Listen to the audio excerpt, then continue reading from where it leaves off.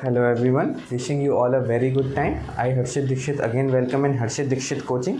अभी हम लोग जो पढ़ेंगे मोशन इन वन डायमेंशन पढ़ेंगे, पार्ट 11 पढ़ेंगे और इसमें हम लोग पढ़ेंगे रिलेटिव मोशन का केस। रिलेटिव मोशन में हम लोग दो प्रकार की चीज़ें पढ़ेंगे, पहले बॉडी इन कॉन्टैक्ट पढ़ेंगे and for non contact bodies पढ़ेंगे।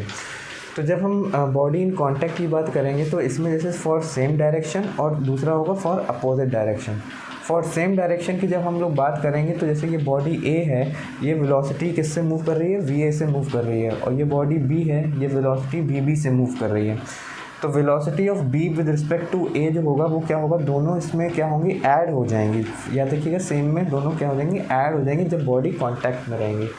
अगर अपोजिट में है, अगर कोई बॉडी अपोजिट में चल रही है तो ये वेलोसिटीज़ क्या होंगे, सब्ट्रैक्ट हो जाएंगे, B B minus we A हो जाएगा। अगर हम फॉर नॉन कॉन्टैक्ट बॉडीज़ की बात करते हैं तो फॉर सेम डायरेक्शन की अगर हम लोग बात कर रहे हैं तो जैसे ये बॉडी ए है और ये बॉडी क्या है, बी है।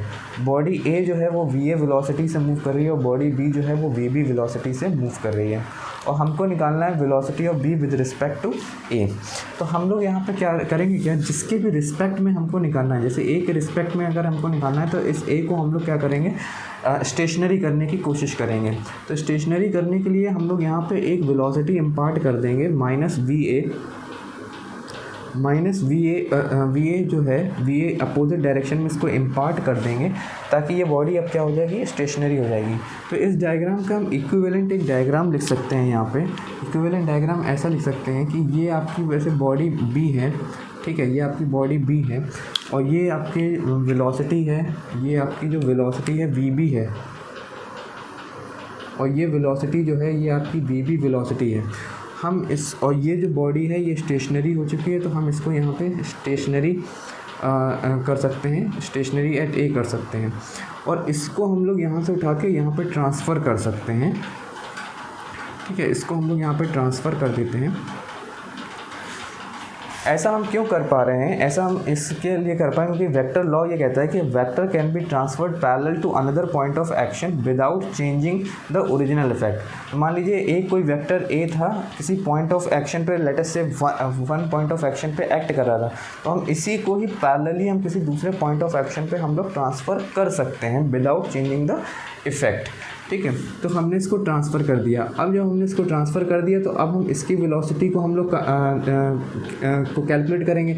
इस डायरेक्शन को हम लोग पॉजिटिव ट्रीट करेंगे और इस डायरेक्शन को हम लोग नेगेटिव ट्रीट करेंगे। तो ये जो हो जाएगा, ये कितना हो जाएगा, वी बी हो जाएगा, और ये यहाँ पे गया है तो V B minus we A हो जाएगा। So this is the velocity of B with respect to A. इसी तरीके से फॉर अपोजिट डायरेक्शन की अगर हम लोग बात करें तो जैसे ये ए है, ये वेलोसिटी यहाँ पे है वी ए है, और ये बी है, ये वी बी उस तरफ जा रहा है, तो आपको कैलकुलेट करना है velocity of B with respect to A calculate करना है। तो with respect to A calculate करना है तो हम सबसे पहले क्या करेंगे कि इस बॉडी ए को हम लोग स्टेशनरी बनाने की कोशिश करेंगे। तो इसके लिए हम लोग क्या करेंगे, एक वेलोसिटी इम्पार्ट कर देंगे इसके अपोजिट डायरेक्शन में, तो ये स्टेशनरी हो जाएगा। तो इसको हम लोग इक्विवेलेंट यहाँ पे ऐसे कर सकते हैं कि ये बॉडी आपकी जो है, ये बॉडी आपकी बी इस तरीके से रखी हुई है, ठीक है, ये आपकी बॉडी है, ये वी बी रखी हुई है, ठीक है, और इसी को हम वी ए को हम यहाँ ट्रांसफ़र कर सकते हैं। इस वी ए को हम लोग यहाँ ट्रांसफ़र कर दिया है और ये आपकी स्टेशनरी हो गया है। ठीक है, स्टेशनरी ए जो है वो क्या हो गया, स्टेशनरी हो गया है। अब हम इस पर अगर हम चेक करें तो इस पर वेलोसिटी कैलकुलेट करें विद रिस्पेक्ट टू ए, तो हमें क्या मिलेगा, v B plus we A, क्योंकि इस डायरेक्शन को हमने क्या किया है, पॉजिटिव ट्रीट किया है, तो V B plus we A. तो this is the velocity of B with respect to A. तो हम देखते क्या है कि फॉर नॉन कॉन्टैक्ट बॉडीज़ में जब होगा कि सेम डायरेक्शन होगा तो ये सब्ट्रैक्ट हो जाएगा, और फॉर अपोजिट डायरेक्शन में जब होगा तो ये क्या होगा, ऐड अप हो जाएगा, नेट वेलोसिटी क्या होगी, ऐड अप हो जाएगी। अब हम लोग इसका एक क्वेश्चन करेंगे, पहले बॉडी इन कॉन्टैक्ट का, उसके बाद body for non contact bodies का क्वेश्चन करेंगे, उससे हमको ये कॉन्सेप्ट बिल्कुल क्लियर हो जाएगा।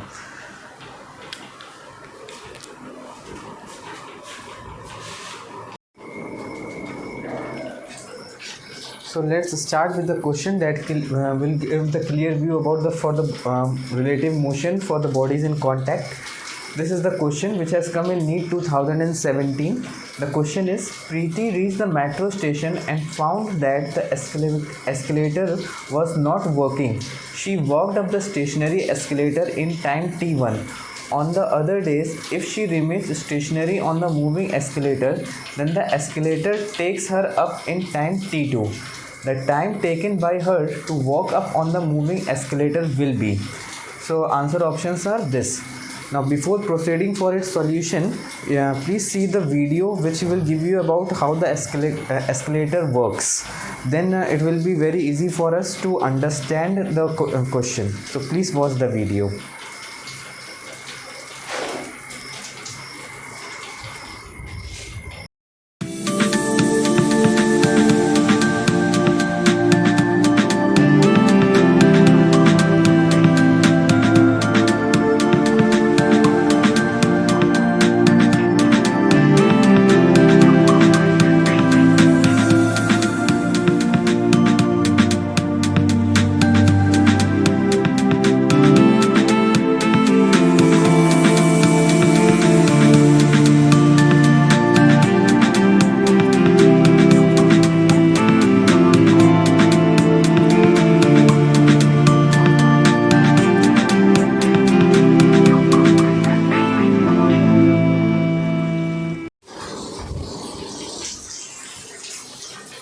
Welcome back. अब हम लोग इस क्वेश्चन को देखते हैं, इस क्वेश्चन को सॉल्व करते हैं, है ना। तो पहले देखिए क्या कहते हैं। Preeti reach the metro station and found that the escalator was not working. She walked up the stationary escalator in time t1. On the other days, if she remains stationary on the moving escalator, then the escalator takes her up in time t2. The time taken by her to walk up on the moving escalator will be. ये question देखने में बहुत बड़ा लग रहा है। ये NEET 2017 में ये क्वेश्चन आ चुका है, बट ये क्वेश्चन काफ़ी इजी है। थोड़ा सा इसको हमें, इसके 3 केसेस हैं, उसको हमें समझना होगा।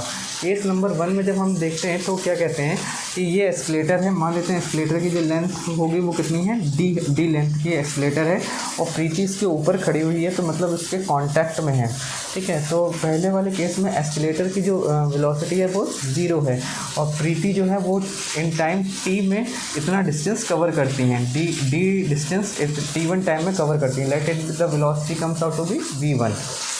केस नंबर 2 में जब आप बात करते हैं ऑन द अदर डेज, इसमें ये कहते हैं कि जो एस्केलेटर है वो वही एस्केलेटर है, मगर इस बार प्रीति यहाँ पे इनकी वेलोसिटी 0 है, और एस्केलेटर जो है वो मूव करता है, डिस्टेंस d मूव करता है इन टाइम t2। तो मान लेते हैं कि उसकी वेलोसिटी जो कितनी है, v2 है। और केस नंबर 3 जो उन्होंने पूछा है, the time taken by her to walk up on the moving escalator will be, तो वो कह रहे हैं walk take her up to walk up, मतलब प्रीति भी इस पर चल रहे हैं और एस्केलेटर भी इस पर चल रहा है, दोनों ही इस पर चल रहे हैं। तब इस केस में कितना समय लगेगा प्रीति को ऊपर पहुंचने में। तो इस वाले केस के लिए हम लोग ये देखेंगे, क्योंकि ये भी चल रहे हैं, ये भी चल रहे हैं, तो जो नेट वेलोसिटी होगी, जो नेट वेलोसिटी होगी VPE, है ना, velocity of Preeti with respect to escalator, वो होगी दोनों का एडिशन v1 प्लस v2। क्यों होगा? क्योंकि हमने देखा है कि अभी जो पहले वाले कॉन्टैक्ट बॉडीज़ हैं, अगर दोनों बॉडीज़ सेम कॉन्टैक्ट में हैं तो आपकी वेलोसिटीज़ क्या हो जाएंगी, ऐड हो जाएंगी, v1 प्लस v2 हो जाएगा। अब हमें ये पता है कि जो वेलोसिटी होती है, जो वेलोसिटी बराबर जो होता है, जो वेलोसिटी होती है वो होती है डिस्प्लेसमेंट अपॉन टाइम होता है, तो इसमें जो डिस्प्लेसमेंट होगा, v1 की बात करेंगे तो डिस्प्लेसमेंट कितना होगा, d होगा। तो यहाँ पे आप रखेंगे d अपॉन टाइम, कितना प्रीति ने कितना टाइम लिया है, t1, तो d अपॉन t1 लिया है, ठीक है। और v2 की अगर हम लोग बात करेंगे तो अभी यहाँ पे इसने कितना डिस्प्लेसमेंट कवर किया, d डिस्प्लेसमेंट कवर किया, तो d अपॉन t2, राइट। तो दिस ये हो गया d अपॉन t2। अब हमको पूछा क्या है इन्होंने, केस नंबर 3 में टाइम पूछा है, तो हमको पता है कि टाइम बराबर जो होगा वो डिस्प्लेसमेंट अपॉन वेलोसिटी होगा, डिस्प्लेसमेंट अपॉन वेलोसिटी। और डिस्प्लेसमेंट कितना है आपका, डिस्प्लेसमेंट है आपका d, और वेलोसिटी कितनी है, VPE है, ठीक है। और यहाँ पे अगर आप करेंगे तो ये आपका डी हो गया अपॉन वी पी ई की बात करेंगे तो ये हो जाएगा D upon T1 plus D upon T2, ठीक है। ये आपकी नेट वेलोसिटी हो गई। अब इसको अगर हम थोड़ा सॉल्व करेंगे तो हमें क्या मिलेगा, देखिए डी हम कॉमन ले लेंगे, ठीक है। यहाँ से इसको यहाँ सॉल्व कर रहे हैं, डी हम कॉमन ले लेंगे तो ये हो जाएगा 1 upon T1 plus 1 upon T2, ये कैंसल्स आउट।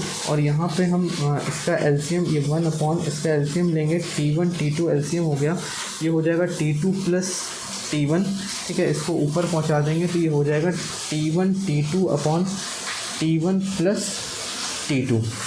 तो दिस इज़ द आंसर, ये आपका आंसर हो जाएगा, ठीक है। So we go by answer option B. I hope कि आपको ये कॉन्सेप्ट क्लियर हुआ होगा, इस क्वेश्चन को, इस कॉन्सेप्ट को अपने को रिलेट कर पाए होंगे आप, ठीक है। That's all for this question. अब जो अगला हम क्वेश्चन देखेंगे उसमें हम लोग देखेंगे for the bodies of non contact in nature.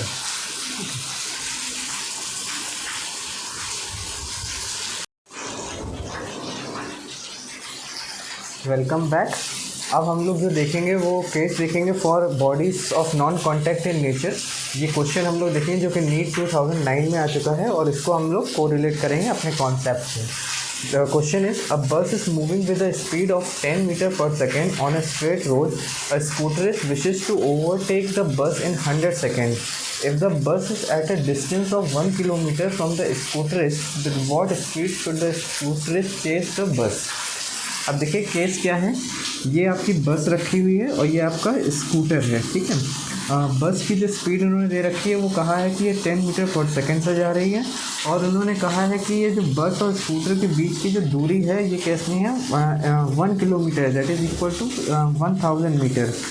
वो पूछते हैं कि किस स्पीड से स्कूटर चले ताकि टाइम जो लगे उसको 100 सेकेंड्स में वो इस बस को क्रॉस कर जाए, राइट। तो ये वाला केस अगर आप इसको रिकॉग्नाइज करेंगे तो ये दोनों क्या है, नॉन कॉन्टैक्ट है। बस अलग मूव कर रही है और स्कूटर अलग मूव कर रहा है, दोनों अलग अलग मूव कर रहे हैं।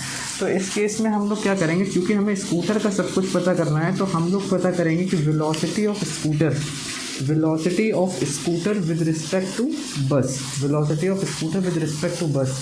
और हमें ये पता है कि दोनों के वेलोसिटी दोनों कैसे हैं, सेम डायरेक्शन में है। और जब सेम डायरेक्शन में होता है तो हम लोग क्या करते हैं, जिसके भी रिस्पेक्ट में होता है वो माइनस हो जाता है दूसरे वाले से। तो चूँकि यहाँ पर हम बस के रिस्पेक्ट में हम इसको निकाल रहे हैं तो यहाँ पे हम देखेंगे VS माइनस ऑफ VB, और VS जो है VS माइनस VB कितना है आपका 10 है, तो VS माइनस 10, राइट। ये हो गया आपका velocity of scooter with respect to bus. अब हमको पता है कि जो डिस्टेंस इज इक्वल टू जो है, डिस्टेंस इज इक्वल टू होता है, sorry speed is equal to, speed या velocity is equal to displacement upon time, displacement upon time. अब डिस्प्लेसमेंट की अगर हम बात करें तो दोनों के बीच की दूरी कितनी है, 1 किलोमीटर। तो हम यहाँ पे मीटर में लेंगे क्योंकि सारे आंसर जो हैं वो मीटर पर सेकंड में हैं। तो यहाँ पे हम इसको यहाँ पे 1000 मीटर लेते हैं, 1000 मीटर। और टाइम जो है वो हमारा कितना रहेगा, 100 सेकेंड्स। तो यहाँ पे हमने लिखा 100 सेकेंड्स। और जो वेलोसिटी रहेगी वो क्या रहेगी, VSB रहेगी, क्योंकि स्कूटर की वेलोसिटी विद रिस्पेक्ट टू बस हमको पता करना है।